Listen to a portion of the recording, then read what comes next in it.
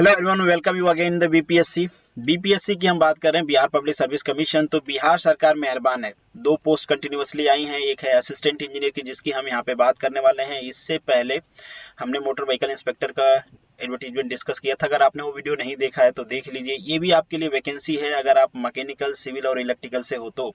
Electrical वालों को लिए यहाँ पे केवल लॉलीपॉप है, बट नेवरदलेस मैकेनिकल और सिविल के लिए काफी वैकेंसी, आप अप्लाई कर सकते हो। एक चीज मैं पहले यहाँ पे मेंशन कर देना चाहता हूँ कि जो दूसरे स्टेट के लोग हैं वो भी बिहार में अप्लाई कर सकते हैं, बस उनको जो कास्ट रिजर्वेशन है वो नहीं मिलेगा।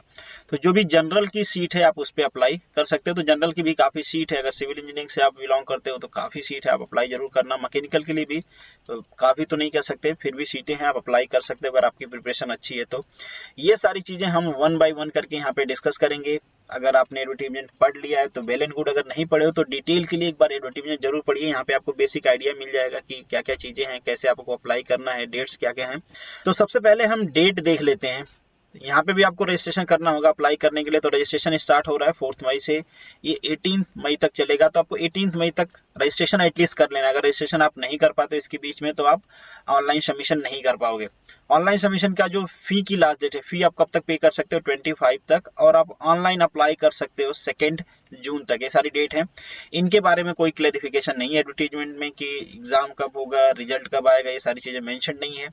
यहाँ पे भी आपको हार्ड कॉपी भेजनी है, तो जस्ट रिमेंबर दिस, क्योंकि ऑनलाइन का एरा है, बहुत सारी जगह हार्ड कॉपी नहीं भेजनी होती है, तो आपको कंफ्यूज नहीं होना है।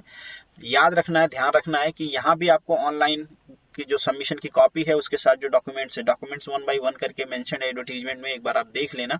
वही आपके एजुकेशन से रिलेटेड डॉक्यूमेंट्स हैं, और अगर आप रिजर्वेशन से फॉर्म भरते हो तो जो भी रिजर्वेशन के डॉक्यूमेंट्स हैं वो आपको भेजने होंगे। तो ये आपको 10 जून 2020 तक टिल 5 बजे तक जो भी ऑफिशियल एड्रेस है वहाँ पे भेजना होगा। ऑफिशियल एड्रेस मेंशन है आपके एडवर्टीजमेंट में। जब भी आप भेजो एक बार ऑफिशियल एड्रेस जरूर देख लें वहाँ से। नेक्स्ट जो हमारा पॉइंट है, हम क्वालिफिकेशन को डिस्कस कर लेते हैं। तो असिस्टेंट इंजीनियर की ये पोस्ट है। अगर आप मैकेनिकल स्ट्रीम से हो तो आपको मैकेनिकल में डिग्री होनी चाहिए। डिग्री में बी बीटेक होना चाहिए आपका, बी बीटेक सिविल होना चाहिए अगर आप सिविल में अप्लाई कर रहे हो। इलेक्ट्रिकल में आप अप्लाई कर रहे हो तो इलेक्ट्रिकल का आपके पास डिग्री होनी चाहिए। यहाँ पे एज की बात की गई है, तो एज है जनरल कैटेगरी के लिए 21 to 37। अगर यही जनरल की फीमेल है, बीसी ओबीसी फीमेल, तो इन लोगों के लिए 21 to 40 है।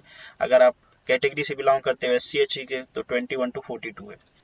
और एज के रिलेटेड आपको एक चीज और ध्यान रखना है कि आपकी एज 21 कंप्लीट हो जाना चाहिए 1 अगस्त 2019 को। तो आपका जो भी डेट ऑफ बर्थ है मैट्रिकुलेशन सर्टिफिकेट के हिसाब से आप कैलकुलेट कर लेना कि आप 21 कंप्लीट कर रहे हो या नहीं कर रहे हो।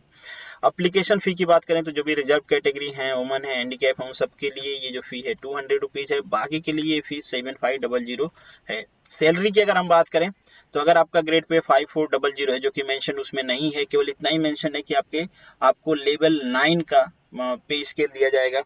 तो बेसिकली ये ग्रेड पे मिलता ही है इस रैंक पे।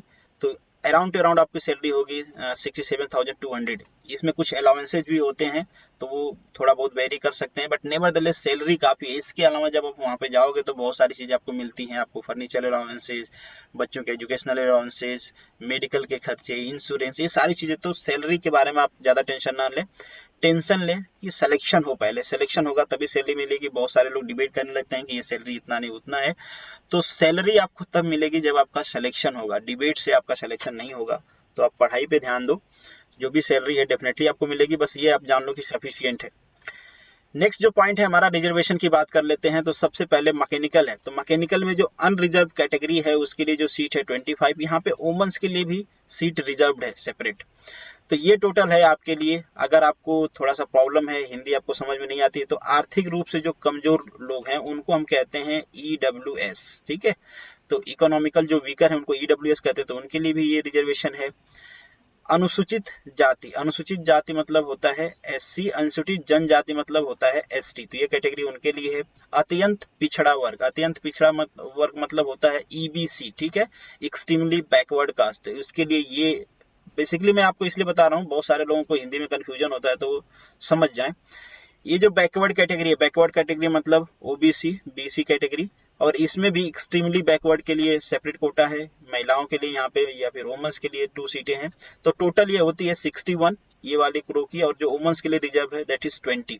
ये मैकेनिकल के लिए ये सेपरेट रिजर्वेशन है 1 सीट का। तो दैट इज ये यहाँ पे भी है, ये कुछ तो स्पेशल कैटेगरी के जो लोग हैं ये उनके लिए है।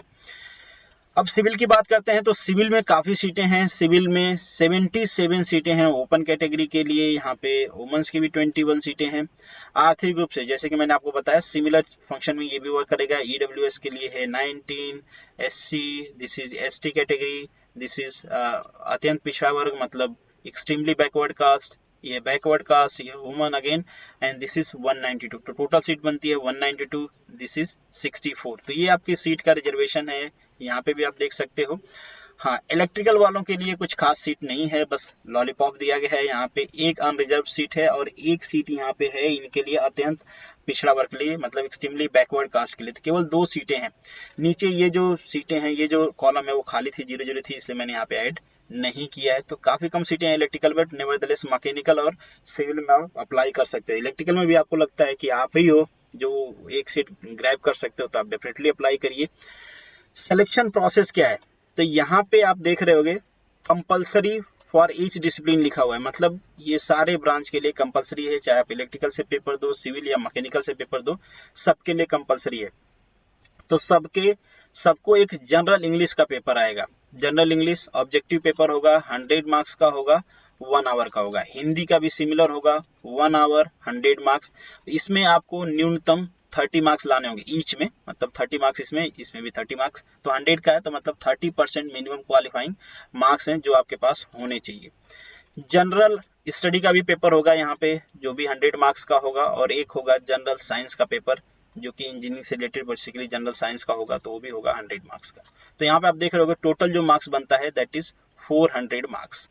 400 के मार्क्स के बाद 200 का आपके लिए आपके डिसिप्लिन का पेपर होगा। बेसिकली अगर आप सिविल से हो तो सिविल का होगा, मैकेनिकल से हो तो मैकेनिकल का, इलेक्ट्रिकल का हो तो इलेक्ट्रिकल का। तो टोटल मार्क्स जो बनता है ये बनता है 600। तो 600 मार्क्स में से आपकी मेरिट बनाई जाएगी। यहाँ पे कुछ और क्राइटेरिया दिया गया है कि आपको मिनिमम कितना मार्क्स स्कोर करना है, कितना परसेंट स्कोर करना है। तो अगर आप जनरल कैटेगरी से हो तो आपको 40% स्कोर करना है। अगर आप पिछड़े वर्ग से हो, ओबीसी से हो, तो आपको 36 करना है। अगर ईबीसी मतलब एक्सट्रीमली बैकवर्ड हो तो 34 करना है। अगर रिजर्व कैटेगरी SC/ST से हो तो 32 करना है। तो मिनिमम मार्क्स आपको इतना चाहिए सिलेक्शन के लिए। ऐसा नहीं कि आपके कैटेगरी के बच्चे नहीं है तो आप इससे भी कम मार्क्स लाओगे तो आपका सिलेक्शन हो जाएगा, मिनिमम इतना चाहिए। बट नेवरदलेस आजकल कंपटीशन इतना ज़्यादा है कि आपको इसका मोहताज नहीं होना पड़ेगा, लोग इससे बहुत आगे होंगे, तो आप इसके बारे में कम सोचिएगा। तो this is the video for general information. अगर अभी तक आपने अप्लाई नहीं किया तो जरूर अप्लाई करिए, और आपके स्ट्रीम से रिलेटेड बेसिकली मैकेनिकल और ऑटोमोबाइल की स्ट्रीम से रिलेटेड काफ़ी कुछ आपको इस चैनल पे मिल जाएगा। प्लेलिस्ट में जाइए, देखते रहिए, और जैसे जैसे वैकेंसी आती रहेगी मैं आपको अपडेट करता रहूँगा। All the best, good luck.